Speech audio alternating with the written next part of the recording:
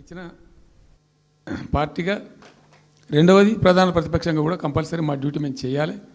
అందుకోసం గాను వీళ్ళు ఏదో తమాషకు మేము అదొకటి అడ్డం పొడుగు మాట్లాడి కిరికిరి మాటలు మాట్లాడి ఈ కారు కూతలు కూసి ఏదో చేస్తామనుకుంటే నడవదిగా.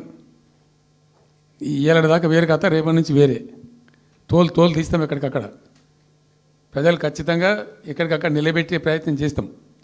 అడుగున చెక్ చేస్తాం, ప్రతి విషయంలో చెక్ చేస్తాం. Sufficient time we have given. మేము తొందరపడి మేము ఎందుకు కన్నెర్రయ్యి మా ప్రభుత్వం పోయింది వీళ్ళు వచ్చింది అనేటువంటి ఒక పిచ్చి అయ్యి అట్లా మేము చేయలే, అటువంటి వాడికి పోలే. ఇష్యూల మీద పోరాడుతున్నాం, ఒకే ఫీజు రియంబర్స్ మీద పోరాడుతున్నాం, ఇంకోటి పోరాడుతున్నాం. రకరకాల భూదందాల మీద, దోపిడీ మీద, చెర్ల మీద పోరాడుతున్నాం. పార్టీ కొట్టాడుతున్నది, తప్పదు కాబట్టి కొట్టాడుతాం. ఇప్పుడు మొదటికే ముప్పొచ్చే పరిస్థితి ఉంది. అటు గోదావరి మీద అరాకిరి చేసి చంద్రబాబు నాయుడు ఏపీ ప్రభుత్వం నల్లమల సాగరు, ఈ సాగరు, ఆ సాగరు, అటు గోదావరి దోపిడీ జరుగుతూ ఉంటే దాని మీద సప్పులు లేదు. ఇటు కృష్ణలో ఇంత ఘోరంగా పాలమూరు ఎత్తిపోతల మీద దీని మీద సప్పులు లేదు. మరి ఎవరి ప్రయోజనాల కోసం ఉన్నట్టు రాష్ట్ర ప్రభుత్వం? ఏం చేయడానికి ఉన్నట్టు? ఏం జరుగుతున్నట్టు రాష్ట్రంలో? కాబట్టి ఎట్టి పరిస్థితుల్లో నేనే స్వయంగా రంగంలో దిగాలనుకున్నా. దిగినాం. ఈరోజు డిసిషన్ అయిపోయింది. 2-3 రోజులలో, 2-3-4 రోజులలో, రాబోయే 3-4 డేస్లో ఆయా జిల్లాల నాయకులతో సమావేశమై ఖచ్చితంగా చాలా పెద్ద ఎత్తున అక్కడ గ్రామానికి డప్పు కొడతాం, మొత్తం సభలు పెడతాం, కవులు, గాయకులు, కళాకారులు అందరినీ తట్టి లేపుతాం. మీ పత్రికా విలేకరులను కూడా రిక్వెస్ట్ చేస్తాం.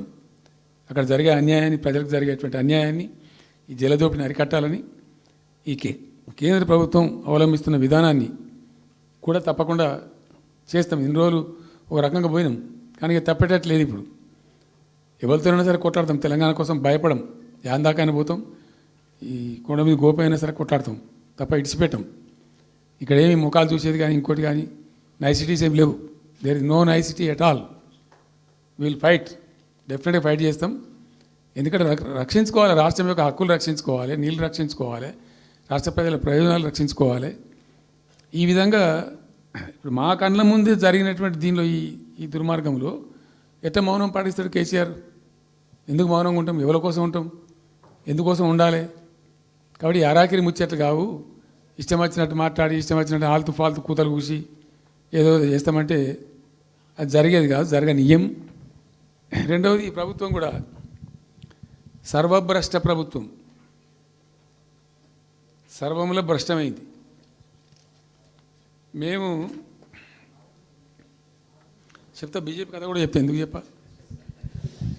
డెఫినెట్గా చెప్తాము. అరే నువ్వు మా ఇంట్లోకి వచ్చి మాకు దోసుకపోతా అని ఊరుకుంటామే? నాకు అర్థం ఎవరైతుంది?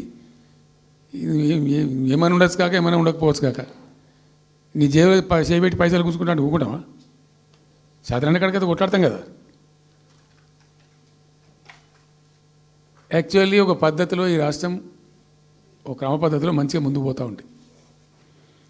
సంక్షేమం విషయంలో కానీ, అభివృద్ధి విషయంలో కానీ, పారిశ్రామికీకరణలో కానీ, ఐటీ రంగంలో కానీ, క్రైమ్ తగ్గించడంలో కానీ, లా అండ్ ఆర్డర్ మెయింటైన్ చేయడంలో కానీ ఒక మంచి పద్ధతిలో పోతూ ఉంటాయి. ఇవాళ ఏందండి, జంట నగరాలలో పట్టబగలు నడి రోడ్డు మీద హత్యలు జరుగుతున్నాయి. అడిగే దిక్కు లేదు. మానభంగాలు జరుగుతున్నాయి, రేపులు జరుగుతున్నాయి. ఎన్సీఆర్బీ రిపోర్ట్ ప్రకారంగా 20% క్రైమ్ రేట్ పెరిగింది తెలంగాణలో. పీస్ఫుల్ స్టేట్ ఉండే, ఫ్రెండ్లీ పోలీసింగ్ ఉండే, అవన్నీ ముఖ్యమైపోతున్నాయి ఇవాళ తెలంగాణలో. చూస్తున్నాం మేము, మనం పాటించడానికి చూసుకుంటూ, గమనించుకుంటూ, రికార్డు చేసుకుంటూ అని చర్చ చేస్తున్నాం. ఎప్పటికప్పుడు పెరిగిపోయినాయి. వాగ్దానాలు ఏంటంటే వీళ్ళు చేసినాయి?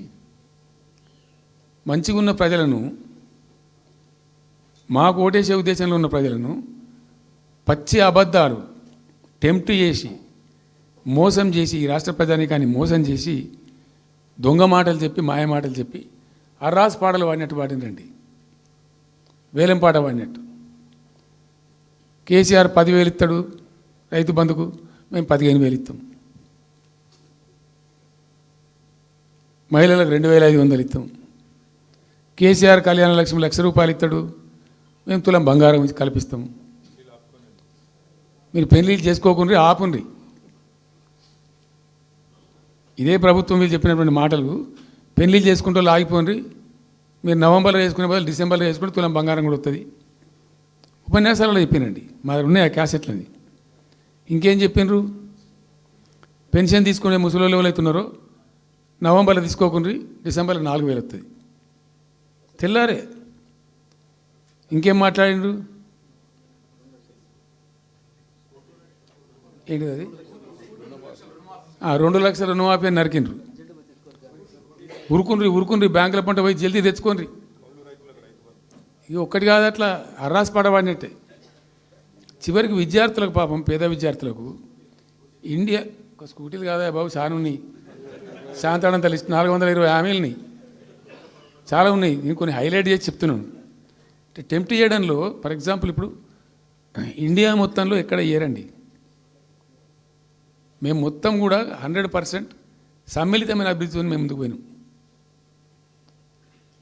ఇట్లా ఏకపక్షంగా ఏకోన్ముఖంగా పోలే. మేము ఆల్ ఫ్రంట్స్ కవర్ చేయాలని చూసినాం.